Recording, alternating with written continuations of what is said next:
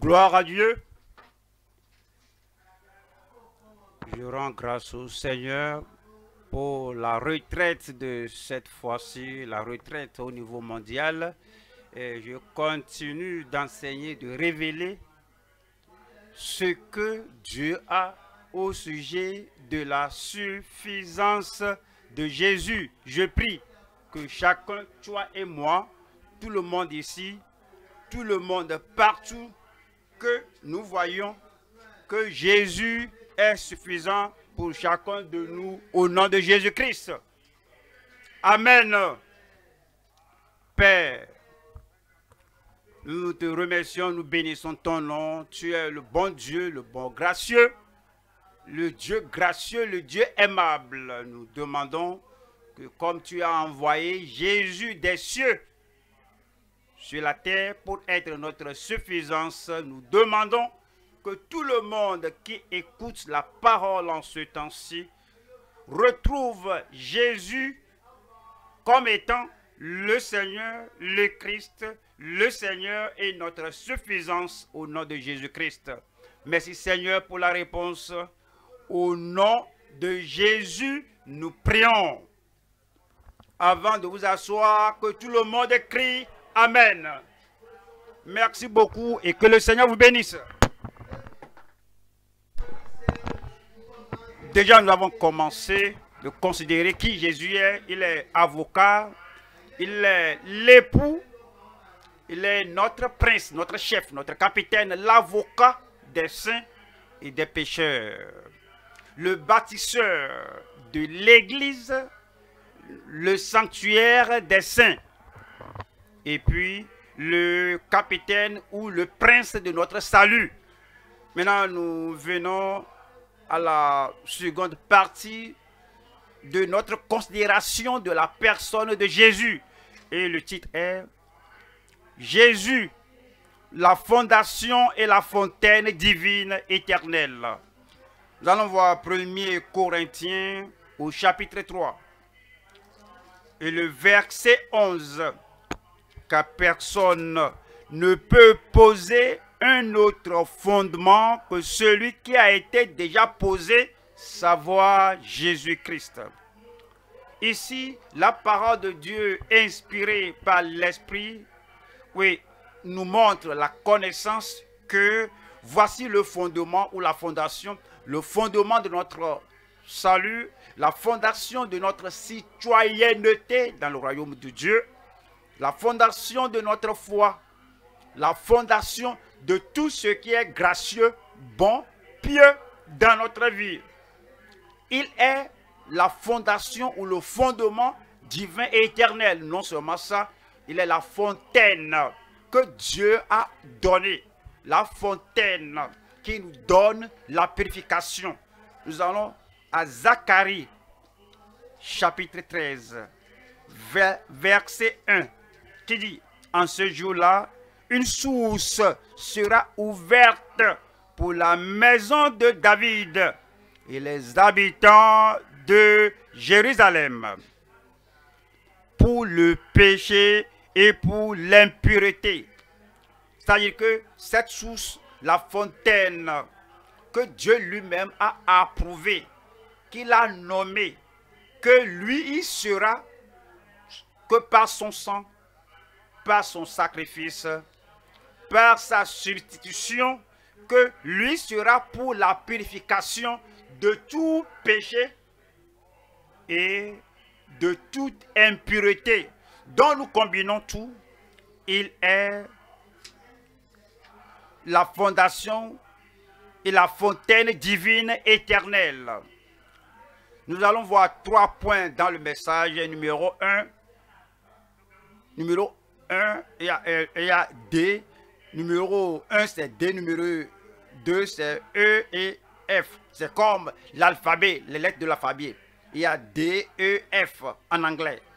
Jésus, il est la porte des brebis à la suffisance. Il est la porte. Il est la porte désignée, nommée. Il n'y a point d'autre porte par laquelle nous puissions entrer en présence de Dieu. Il n'y a point d'autre Dieu par laquelle, au travers de laquelle nous puissions entrer à la provision du ciel, à l'alliance de Dieu et à la relation avec le Seigneur. Jésus est la porte des brebis à la suffisance. Et numéro 2 qui est pour eux, en anglais, Jésus, le serviteur exalté, notre sauveur. Car Dieu l'a souverainement élevé, que en son nom, à la mention de son nom, que tout genou fléchisse, sous la terre, sur la terre et dans les cieux. Jésus, le serviteur exalté, notre sauveur. Dernière position, Jésus, l'ami des malades et des souffrants. Jésus, l'ami, celui-là qui vient, qui s'approche de quelqu'un pour l'aider, celui qui est plus proche qu'un frère, qu'un intime, celui qui est plus puissant que tout secours ici sur terre. Jésus, l'ami des malades et des souffrants. Un à un. Voyons le premier point. Jésus, la porte des brebis à la suffisance. Jean chapitre 10, nous lisons le verset 7. Jésus leur dit en vérité, Jésus leur dit encore en vérité, certainement, sans aucune ombre de doute. Je vous le dis, je suis la porte des brebis. C'est la porte par laquelle vous entrez, vous tapez à la porte et la porte s'ouvre à tous. Le verset 8 dit, tous ceux qui sont venus avant moi sont des voleurs et des brigands, mais les brebis ne les ont point écoutés. Voilà le verset 9. Le verset 9 dit, je suis la porte. Il répète cela.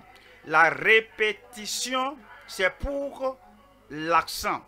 Je suis la porte, ce n'est pas que j'étais la porte, ce n'est pas que je serai la porte maintenant. Comme nous parlons chaque jour, au temps présent, je suis la porte. Si quelqu'un entre par moi, c'est par lui que nous entrons en présence de Dieu.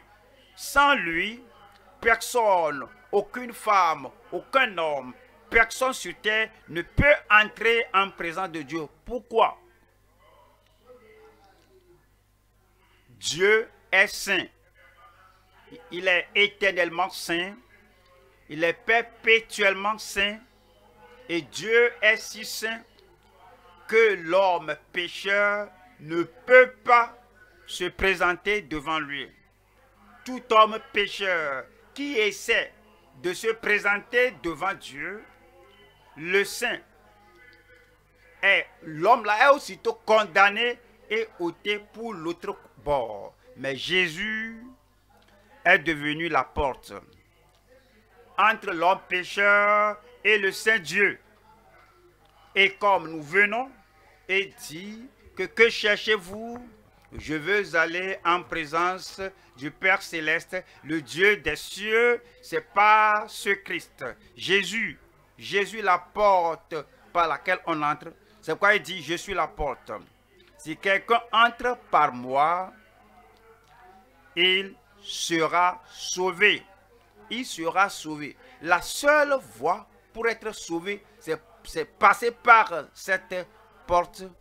Et il entrera, il sortira et il trouvera des pâturages. Le verset 10 dit, le voleur ne vient que pour dérober, égorger, détruire. Moi, je suis venu afin que les brebis aient la vie et qu'elles soient dans l'abondance. Jésus, la porte. Nous allons voir trois sessions ici, trois choses au sujet de Jésus ici. Numéro 1, la porte à la vie abondante et au plein salut. 2, le libérateur de son peuple. 3, le désir de toutes les nations. Allons un à un.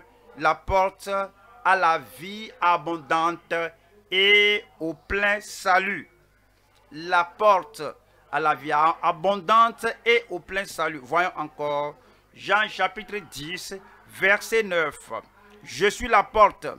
Il se présente à vous. Je suis la porte. Vous voulez la paix avec Dieu? Je suis la porte. Vous voulez l'accomplissement des promesses de Dieu, du commencement jusqu'à la fin? Je suis la porte. Vous voulez l'abondance? Vous voulez les bénédictions? Vous voulez la conversion? Vous voulez entrer à la puissance de délivrance du Seigneur?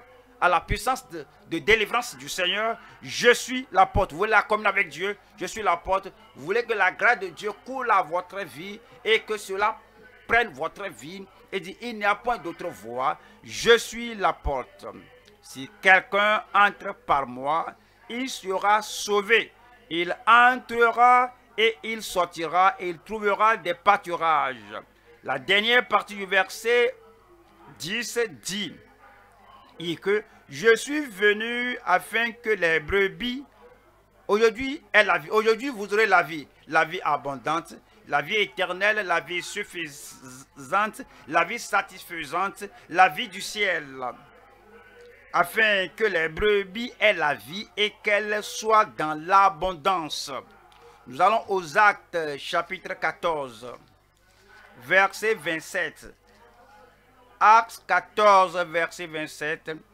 Après leur arrivée, ils convoquaient l'église et ils racontèrent tout ce que Dieu avait fait avec eux et comment il avait ouvert aux nations la porte de la foi.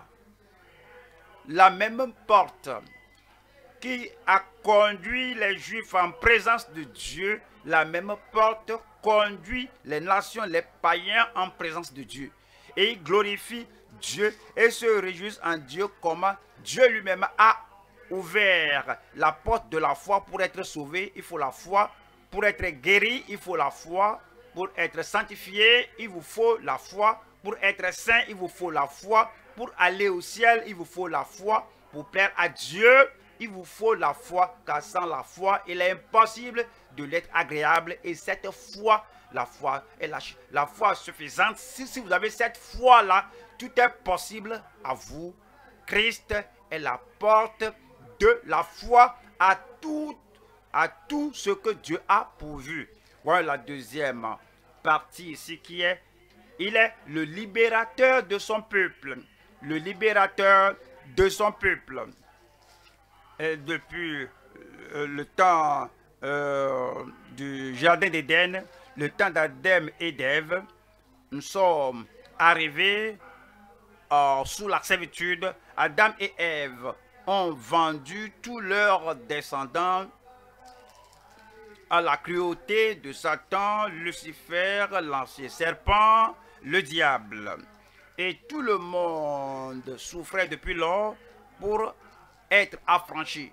Et Christ est la seule personne qui soit arrivée efficacement. Il est venu nous délivrer de tout ce que Adam et Ève nous ont transféré. Et voici ce Jésus-Christ. Il est le libérateur de son peuple. Voyons, Romains chapitre 11. Nous lisons le verset 26. Romains 11. Le verset 26 dit: et ainsi tout Israël sera sauvé. Selon qu'il est écrit, le libérateur viendra de Sion. Le libérateur, ce n'est pas le simple libérateur, l'un des hommes ordinaires qui libère les gens qui s'autoproclament, je suis libérateur. Non, il ne peut pas. C'est Jésus qui délivre, qui libère du péché et de toutes les conséquences du péché. Celui qui libère et donne une libération agréable à Dieu, une délivrance acceptable qui nous a franchis, et son nom est Jésus. C'est dit, le libérateur viendra de Sion, et il détournera de Jacob les impiétés. Il détourne de l'impiété, il nous détourne de toutes les conséquences et de toute la condamnation d'impiété. Lui, il est le libérateur. Le verset 27. Et ce sera mon alliance avec eux. Lorsque j'ôterai leur péché, comprenez, la délivrance dont il s'agit ici a commencé par le fait d'ôter leur péché. Lorsqu'il ôte les péchés, toutes les conséquences du péché, les malédictions qui sont venues étant du péché, tout est ôté. Tout ce que Adam et Ève, par la chute, tout ce qu'ils ont apporté sur le monde, sur les gens du monde, tout est ôté parce que il est le libérateur du peuple. Hébreux 2. Hébreux chapitre 2, verset 14. Hébreux 2, verset 14. Hébreux 2, verset 14 dit ainsi donc. Puisque les enfants participent au sang et à la chair, il y a, et cela se réfère à Christ, il a également participé lui-même, afin que par la mort au calvaire, afin que par la mort à la croix, afin que par la mort par la crucifixion, il anéantit celui qui a la puissance de la mort, c'est-à-dire le diable. Il a cassé sa main, ôté sa main de notre vie. Il a détruit, déprogrammé ses projets de notre vie. Maintenant, nous en sommes affranchis. J'en suis affranchi. Les chaînes sont brisées. Et si je vois, si je crois, si j'accepte que Jésus est mon libérateur, toutes ces chaînes, toutes ces fers du diable sont brisées de votre vie. Le verset 15. Et qu'il délivra tout, il est le libérateur, et qu'il délivra tous ceux qui, par crainte de la mort, étaient toute leur vie retenus dans la servitude. Ce qui fait de nous hommes soumis à la servitude, c'est la crainte de la mort. Parfois, la crainte provient du dedans, parce que nous sommes des humains. On voit tant de choses dans la vie, on entend tant de choses, on lit beaucoup de choses de ce qui se passe. Donc la crainte de la mort, et quand on a peur, cela nous a servi. Comment les gens ont la peur? Ils voient cet homme et l'homme là ne rit pas avec eux. L'homme là alors l'homme là donne l'impression d'avoir le pouvoir de nous détruire, de tuer toutes bonnes choses dans notre vie. Et la vie qui a un objectif, la vie qui est puissante, la vie qui a le progrès, quelqu'un vient et se présente qu'il a le pouvoir de détruire, de tuer la vie entière, la vie radieuse de nous. Cela apporte la crainte. Et la crainte vous conduit à la servitude de cet homme. Il y a une femme que je vais te dire tout ce que tu as fait. J'ai ton secret. Comme Delilah a le secret de Samson, que tes secrets sont dans mes mains. Je ne suis pas ton ami en vain. Je suis ton ami jusqu'à ce que j'obtienne tous tes secrets. Comme j'ai tes secrets maintenant, je peux t'utiliser tout ce que tu m'as dit pour te détruire. À cause de cela, la crainte que la femme là va faire sortir tous vos secrets et va vous tuer littéralement et va vous vendre aux Philistins. Vous avez cette crainte et la peur que vous avez là vous a servi. Mais c'est la crainte, ou bien la crainte des esprits. On le voit. Vous le voyez dans la forêt, vous le voyez dans les airs, vous le voyez partout, vous le voyez dans les cancres là, les cafards, vous les voyez dans les souris, ou bien ces soi-disant esprits vous asservissent.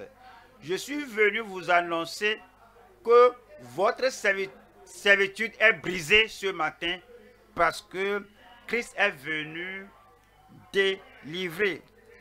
Et c'est-à-dire qu'il est venu délivrer tous ceux qui, par crainte de la mort, étaient toute leur vie retenus dans la servitude. Toute votre vie, pensez ceci, toute votre vie, chaque jour, la crainte vous ruine. Vous voulez commencer une bonne chose, la crainte vous paralyse. Pourrez-vous penser à ceci, que vous êtes asservi à ces pensées, à ces personnalités, à ces gens-là et à ces démons? Vous êtes asservi à ces démons chaque jour. Qu'est-ce qui vous arrive? Qu'au point de la mort, toute leur vie, au moment où vous êtes parvenu à la fin de votre jour, et cette fin-là, alors vous êtes toujours dans la crainte de la servitude.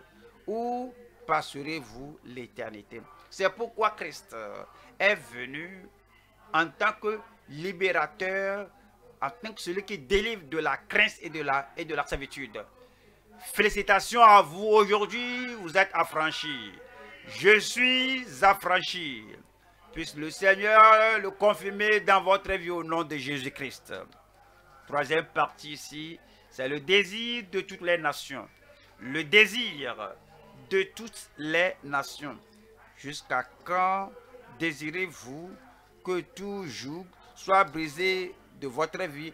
Jusqu'à quand désirons-nous que toute pression, que toute douleur négative au progrès, que la chose là soit ôtée de nous? Nous désirons maintenant, le désir est accompli.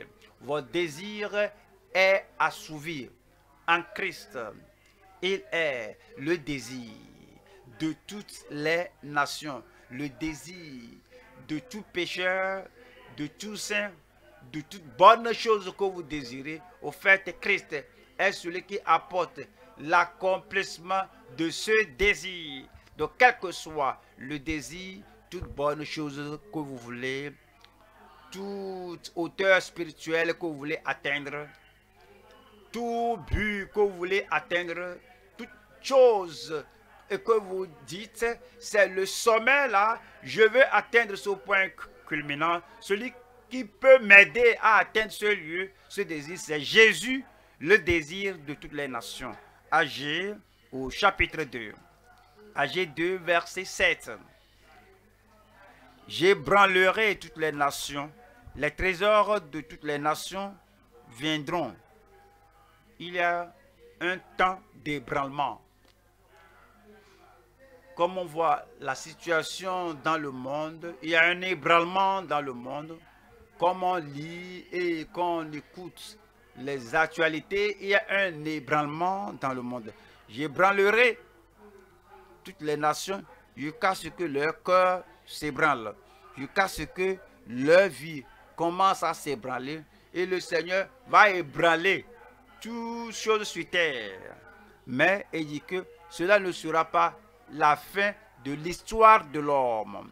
Lorsqu'il commencera à ébranler toutes les nations, il dit que les trésors de toutes les nations viendront. Et puis dit, et je remplirai de gloire cette maison, dit l'Éternel des armées. Je n'ai pas entendu votre amen. Lorsque Christ, le désir de toutes les nations, lorsque Christ, le désir de toute personne sainte ou pécheresse, lorsque Christ vient dans votre vie, il peut venir dans votre vie ce jour et dire, la maison, le temple, votre maison, votre maisonnée, votre temple, tout sera rempli de la gloire de Dieu. Amen. Il peut le faire pour une nation. Il peut le faire pour tout le monde entier. Il peut le faire pour toute personne. Cela dépend de votre préparation. Vous savez qu'il est la porte. Il est le libérateur. Il est le désir de toutes les nations. Et vous l'invitez à votre vie. Et toute bonne chose que vous désirez. Et vous vous concentrez sur cela. Vous ne regardez pas ici et là. Vous n'êtes pas distrait. Vous cherchez l'accomplissement de tout bon désir dans votre vie. Et dès que vous dites, oh, bienvenue Seigneur, et il passe par cette porte, la porte là, dès ce jour, le désir dans votre vie va commencer par s'accomplir. Votre vie va prendre une dimension éclatante, brillante, au nom de Jésus-Christ. Nous allons à la deuxième. Nous allons maintenant au deuxième point ici. Jésus, le serviteur exalté, notre sauveur. Jésus, le serviteur exalté, notre sauveur. Nous allons au Philippiens chapitre 2, verset 5. Philippiens 2, verset 5. Ayez en vous les sentiments qui étaient en Jésus-Christ. Il y a beaucoup de sentiments qu'on a. Le sentiment que vous avez vous donne l'état d'esprit. Votre état d'esprit détermine la direction que vous allez emprunter dans la vie, la destinée que vous allez atteindre. En fin de compte, il y a l'esprit du malin, Satan. Si vous avez l'esprit de ça, vous avez les sentiments de Satan, votre direction de la vie sera dirigée par l'état d'esprit que vous avez. Il y a les sentiments de l'humanité et ces sentiments leur donnent un état d'esprit. Et si vous avez, le sentiment d'un homme pauvre, faible, vous allez emprunter la direction là qui va déterminer votre destinée. Si vous avez le sentiment de Christ, l'attitude de Christ, vous avez l'attitude de Christ, vous avez l'attitude finale de Christ. Si vous avez le sentiment de Christ, cela détermine votre état d'esprit dans la vie. Cela détermine votre objectif. Cela détermine l'habileté d'atteindre vos objectifs. Cela détermine votre attitude positive dans la vie. Cela détermine votre vie victorieuse que vous allez mener. Il dit, ayez en vous les sentiments qui étaient en Jésus-Christ. Verset 6. Lequel, existant en forme de Dieu, n'a point regardé comme une proie à arracher d'être égal avec Dieu. Verset 7. Mais s'est dépouillé lui-même en prenant une forme de serviteur, en devenant semblable aux hommes et ayant paru comme un simple homme. Verset 8. Il s'est humilié lui-même, se rendant obéissant jusqu'à la mort, même jusqu'à la mort de la croix. Verset 9 maintenant. C'est pourquoi aussi Dieu l'a souverainement élevé. Il est le serviteur élevé. Il s'est rendu serviteur. Le Seigneur a fait de lui souverain, suprême. Le serviteur exalté, notre sauveur. C'est pourquoi aussi Dieu l'a souverainement élevé et lui a donné le nom qui est au-dessus de tout nom. Le verset 10 dit, afin qu'au nom de Jésus, tous genoux fléchissent. Amen. Vos genoux fléchiront. Vos genoux fléchiront volontairement. Vous dites, je fléchis mes genoux devant lui. Je me prosterne devant lui. Je me soumets à lui. Je me livre à lui volontairement. Mais les autres qui ne se soumettent pas à lui, qui ne s'abandonnent pas volontairement à lui, ils vont se soumettre et se livrer à lui avec contrainte à la fin des temps. Ce sera trop tard de se repentir en ce temps-là, parce que à la mention du nom de Jésus, tous les genoux doivent fléchir, tout genou fléchira. Afin qu'au nom de Jésus, tout genou fléchisse dans les cieux, sur la terre et sous la terre. Verset 11. 11 dit, et que toute langue du croyant volontairement, de ceux qui meurent en tant que incroyants, pécheurs, rebelles contre Dieu, involontairement, avec contrainte, et que toute langue confesse que Jésus-Christ est Seigneur, à la gloire de Dieu le Père. Jésus, le serviteur exalté, notre Sauveur. Nous allons voir 3 points ici. Numéro 1. Emmanuel, Dieu avec nous. 2. L'empreinte du Père. 3. L'élu de Dieu. Numéro 1 ici. Il est Emmanuel, Dieu avec nous. Matthieu 1, verset 21. Elle enfantera un fils et tu lui donneras le nom de, appelez-moi ce nom-là, le nom de Jésus. C'est lui qui sauvera son peuple de ses péchés. Le verset 22. Tout cela arriva afin que s'accomplisse ce que le Seigneur avait annoncé par le prophète. Voilà le verset 23. Voici la Vierge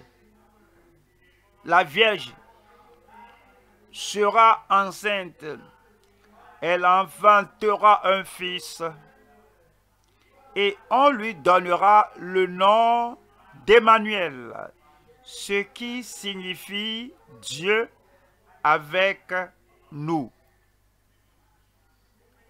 Dès que vous recevez Jésus, vous recevez Emmanuel, vous le recevez et Dieu demeure avec vous.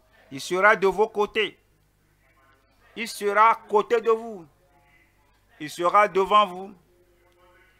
Il vous accompagnera de derrière.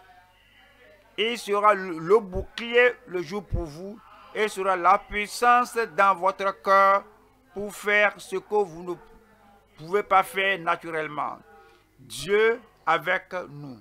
Voyons le numéro 2 ici. Nous allons voir l'empreinte du Père. L'empreinte du Père. L'empreinte qui représente le Père. Hébreux, chapitre 1, verset 3. Et qui étant le reflet de sa gloire et l'empreinte de sa personne.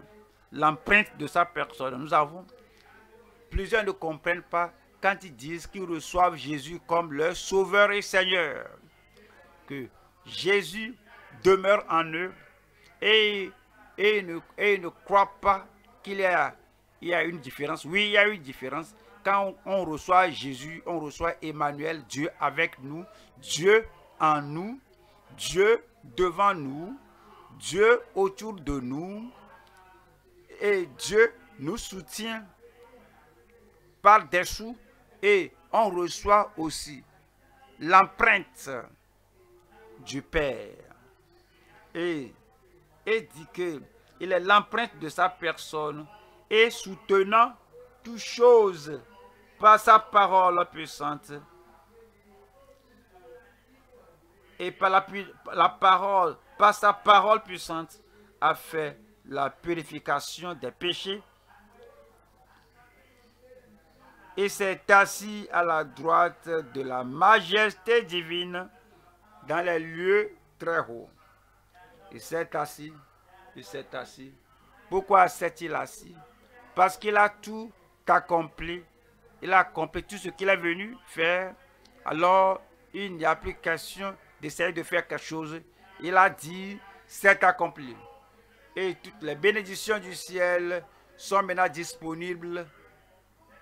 Alors, tout ce que vous désirez vous est disponible ce jour. Maintenant, il s'est assis à la droite de la majesté divine.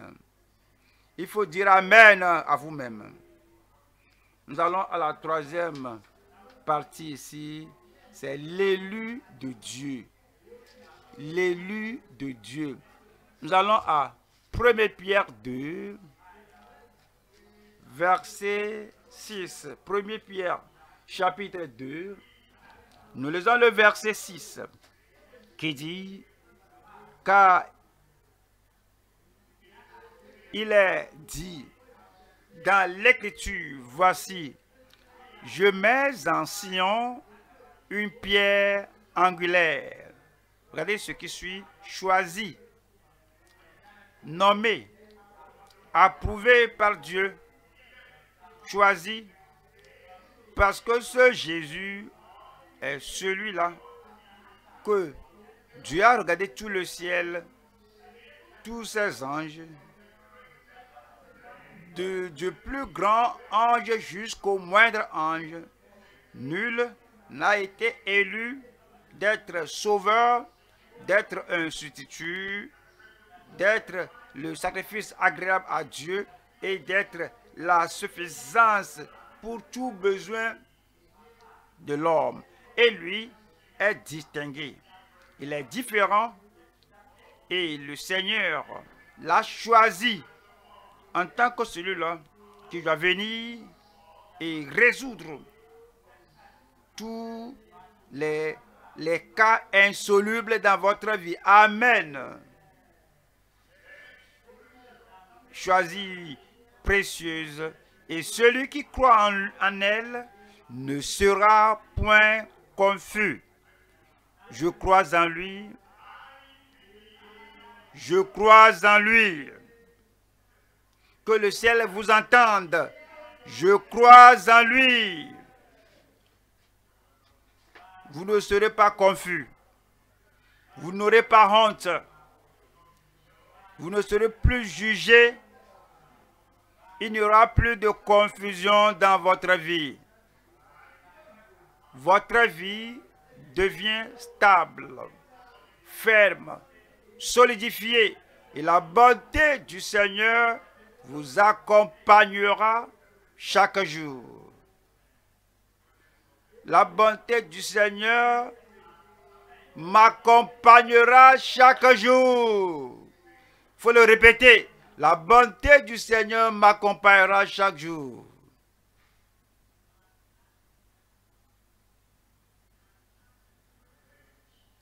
Il est l'élu de Dieu, il est choisi maintenant.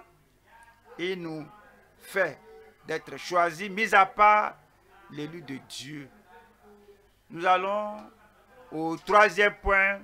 Troisième point, nous allons voir la porte. On a vu que Christ était l'exalté, le serviteur exalté. Maintenant, nous allons voir Jésus, l'ami des malades et des souffrants. Il sera votre ami. Lorsque vous avez un besoin, vous êtes malade, il viendra à vos côtés, vous touchera et il vous guérira au nom de Jésus-Christ. Que croyez-vous? De l'homme le plus riche de votre pays étant votre ami fidèle. Que pensez-vous au plus grand docteur de votre pays qui est votre ami? Que pensez-vous à celui qui est le plus grand protecteur de votre pays qui est votre ami? Jésus est plus que tous. Et ce Jésus, votre ami, vous aidera tout au long de la vie. Aujourd'hui, il vous aidera. Demain, il vous aidera. Lorsque vous êtes malade, il vous délivrera de ce lit de maladie. Lorsque vous souffrez, il viendra ôter la souffrance. Jésus, l'ami des malades et des souffrants. Je suis divisé en 3 parties. Première partie, la fondation de l'édifice de Dieu. 2. Le précurseur pour tous les croyants. 3. Le témoin fidèle et vrai. Il est votre ami. Numéro 1. La fondation ou le fondement de l'édifice de Dieu. Dans le 1er Corinthiens 3. 1er Corinthiens 3, verset 9. Car nous sommes ouvriers avec Dieu. Vous êtes le champ de Dieu, l'édifice de Dieu. L'édifice de Dieu, verset 10. 10 dit, selon la grâce de Dieu, qui m'a été donnée. Vous savez, c'est beau, c'est merveilleux, lorsque on a cette notion, on a cette croyance, on a l'autorité du ciel et partout on va, on dit selon la grâce de Dieu qui m'a été accordée. La grâce qui m'a été donnée, la grâce salvatrice qui m'a été donnée, la grâce sanctificatrice qui m'a été donnée, la grâce suffisante qui m'a été donnée, la foi, la grâce qui soutient qui m'a été donnée.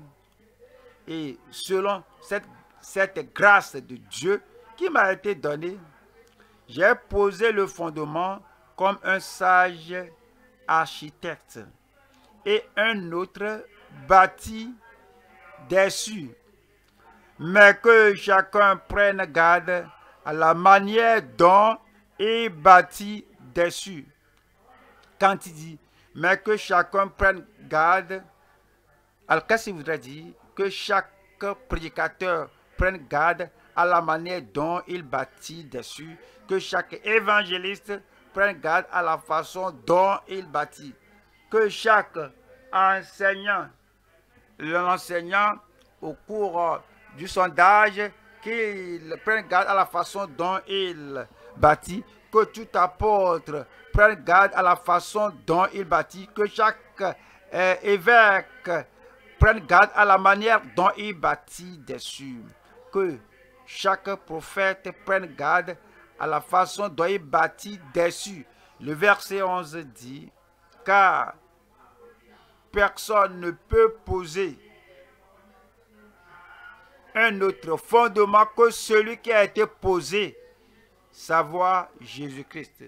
Jésus est ce fondement, cette fondation, comme nous lui donnons notre vie, notre famille, debout sur cette fondation, il va soutenir notre vie jusqu'à ce que nous le voyions face à face au ciel au nom de Jésus-Christ. Voyons, 2 Timothée 2, verset 19. Néanmoins, le solide fondement de Dieu reste debout. C'est inébranlable, c'est irréversible. Vous ne pouvez pas l'éditer, vous ne pouvez pas le modifier. Le fondement, le solide fondement de Dieu reste debout. Il n'y a personne, il n'y a pas de prédicateur, il n'y a pas d'évangéliste, un soi-disant apôtre qui puisse venir de nos jours et toucher ce fondement. Aucun prédicateur, aucun pasteur, aucun soi-disant homme puissant qui puisse venir ce jour et puis tripoter ce fondement et poser une autre fondation. Il sera perdu pour toujours. Il sera perdu être à l'autre bord dans l'étang de feu pour toujours. Néanmoins, le solide fondement de Dieu reste debout. avec ces paroles qui lui servent de sceau. Le Seigneur connaît ceux qui lui appartiennent, et quiconque prononce le nom du Seigneur qui s'éloigne de l'iniquité. Amen. Ce qui donne l'assurance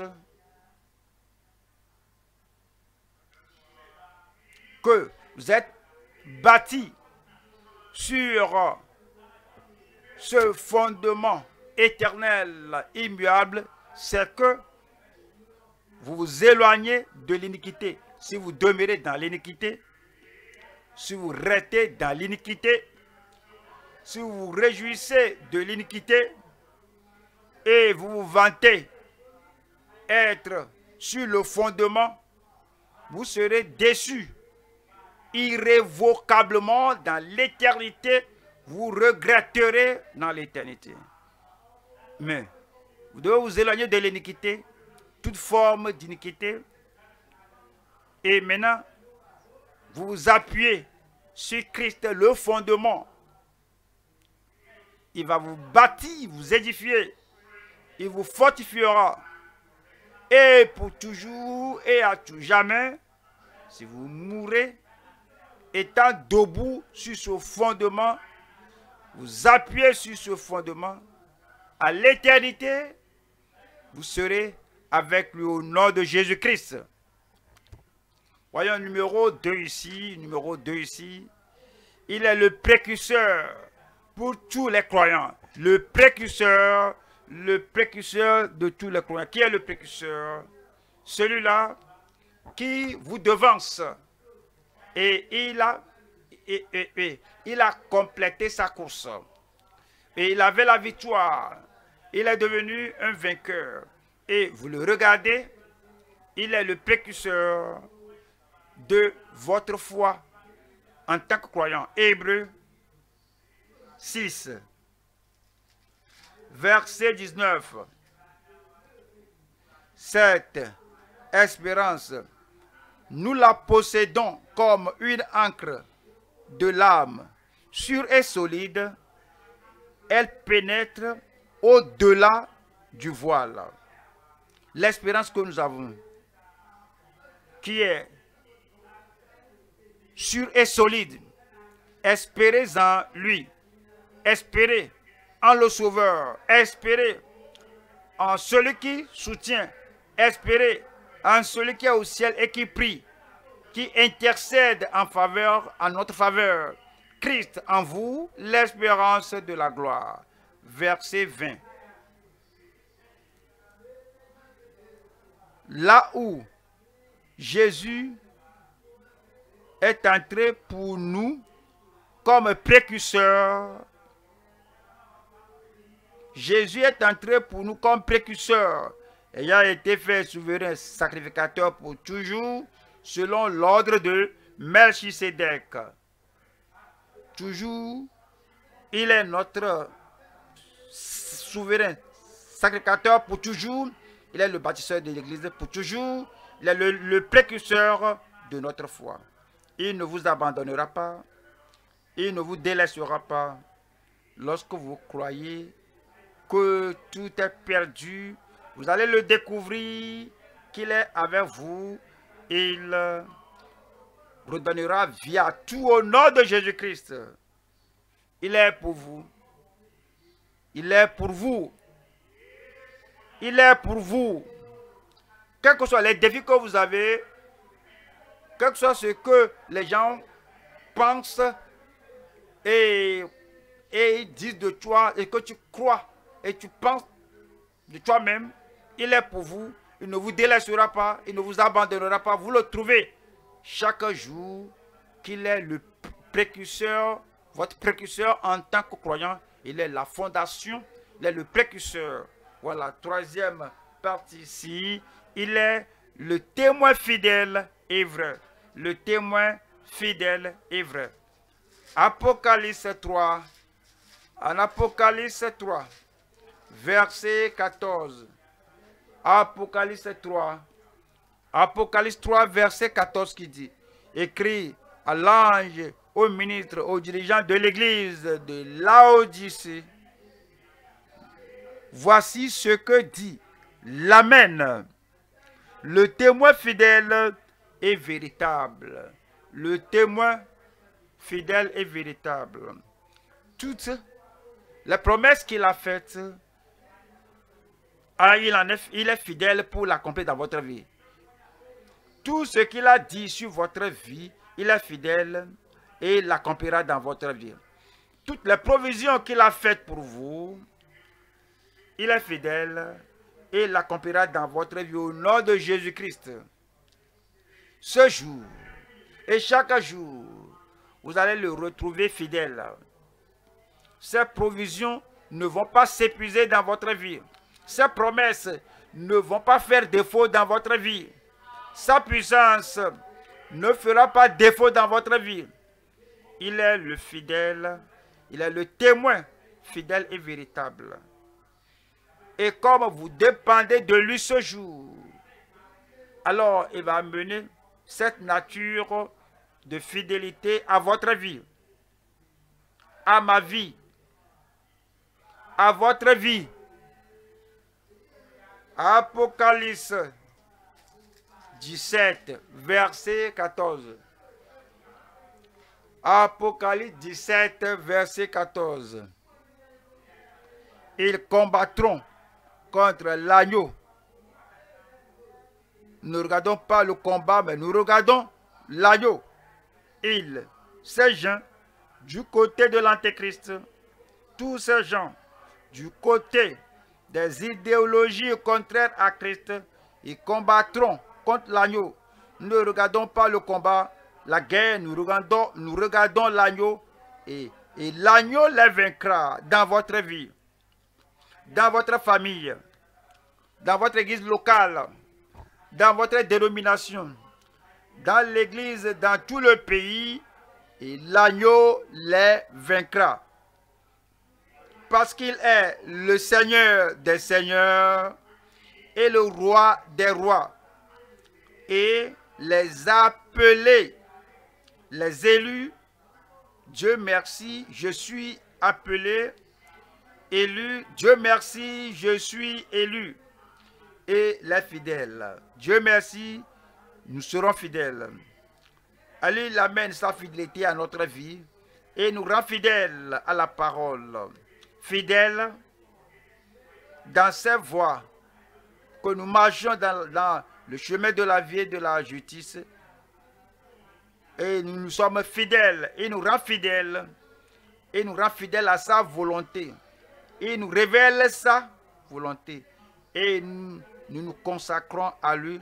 Nous sommes fidèles à sa parole, fidèles à ses voies, fidèles à la révélation de sa volonté. Et je prie que plus de grâce pour vous, plus de vie en vous, plus d'habileté divine en vous, que lui, que celui qui vous a appelé est fidèle, qu'il vous rende fidèle tout au long du chemin. Amen.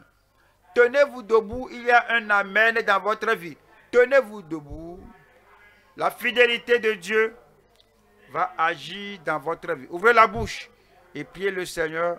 Tout ce que nous avons entendu de Christ, la porte, Christ, le serviteur exalté Christ, l'ami et le précurseur, et que le Seigneur accomplisse sa parole, ses voies, sa volonté dans votre vie.